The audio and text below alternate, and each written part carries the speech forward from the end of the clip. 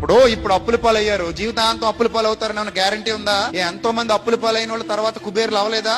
ఓలడంత మంది ఉన్నారు అయిన వాళ్ళు. ఈ రోజు కుబేర్లు అయిన వాళ్ళు రేపొద్దున అడుక్కు తింటూ పోలేదా?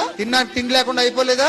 ఓలడంత మంది ఉన్నారు. అందుకే పెద్దలు అంటారు బళ్ళు వాళ్ళు అవుతాయట, వాళ్ళేమవుతాయట, బళ్ళు అవుతాయట. పరిస్థితులు ఎప్పుడు ఒకలా ఉండవు, గుర్తుపెట్టుకోండి. చాలా మంది పరిస్థితులు ఎప్పుడు ఒకలాగే ఉంటాయనుకుని చచ్చిపోతుంటారు బుద్ధిహీనులు. వర్షాకాలాన్ని చూసి చచ్చిపోతే శీతాకాలం రాబోతుందన్న విషయం గుర్తుకు రావాలి నీకు. శీతాకాలంలో చలికి చచ్చిపోతారనుకుంటే ఎండాకాలం రాబోతుందన్న వాస్తవం అర్థం కావాలి నీకు. ఎండాకాలంలో వేడికి చచ్చిపోతారనుకుంటే వర్షాకాలం మరలా రాబోతుందన్న విషయం నీకు అర్థం కావాలి. లైఫ్ అనేది ఒక చక్రం, ఎప్పుడు ఒకలా ఉండదు. 9 నెలలు సంతోషంగా ఉండి 9వ నెల పూర్తయ్యేసరికి ప్రసవ వేదన అనుభవించి చచ్చిపోవాలన్నంత బాధ అనుభవించి తర్వాత పిల్లాడి కేర్ మనగానే అన్ని మర్చిపోయేవాడిని ఎత్తుకుని ముద్దులెట్టేసుకుని నవ్వేసుకుంటుంది తల్లి. అంటే ఈ సమస్యలు, కష్టాలు, కన్నీళ్లు వస్తాయి, పోతాయి, ఉండవు.